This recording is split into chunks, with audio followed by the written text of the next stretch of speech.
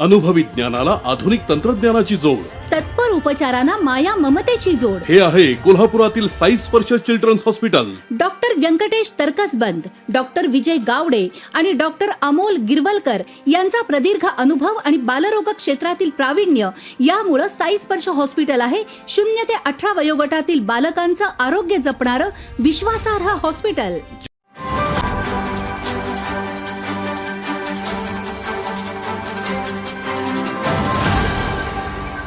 हे पहा, महायुतीमध्ये जे दावे प्रतिदावे चाललेले आहेत हे जिवंतपणाचं लक्षण आहे, लोकहिताचं लक्षण दिसते असं माझं मत आहे.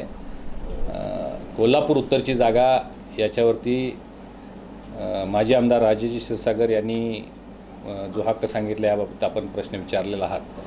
ही वस्तुस्थिती आहे की राजेश क्षीरसागर साहेब हे 2 वेळा या उत्तरमधून पूर्वी आमदार झालेले होते, त्यामुळे स्वाभाविक आहे की त्यांनी या जागेवर आपला हक्क सांगणं. परंतु आपल्या सगळ्यांनाच हे ज्ञात आहे की पोटनिवडणुकीमध्ये ही जागा भारतीय जनता पार्टीनं आम्ही ही निवडणूक लढवलेली होती आणि खूप चांगली मतं आम्ही त्या निवडणुकीमध्ये जवळजवळ 80,000 मतं घेतलेले आहेत. त्यामुळं येणाऱ्या विधानसभेमध्ये ही जागा भाजपकडेच असली पाहिजे ही भूमिका आमची आहे. काय म्हटलं? नाही, उमेदवार आमच्याकडे अनेक आहेत.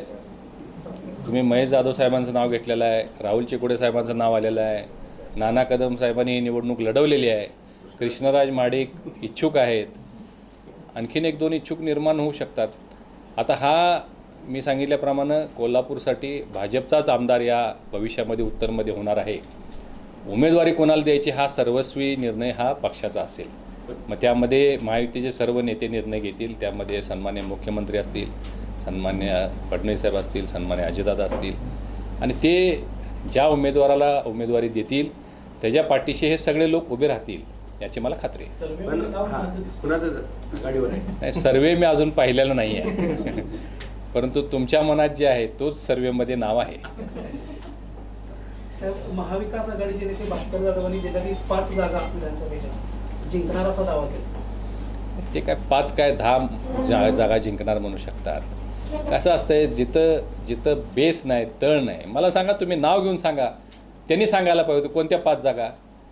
उमेदवार तर आहेत का त्यांच्याकडं, आणि मग जिंकणार हे तर म्हणजे लांबची गोष्ट आहे. ठीक आहे, ते त्या पक्षाचे नेते आहेत, त्यांची ती भूमिका आहे. परंतु कार्यकर्त्यांना थोडंसं चार्ज करण्यासाठी ते काय बोलले असतील.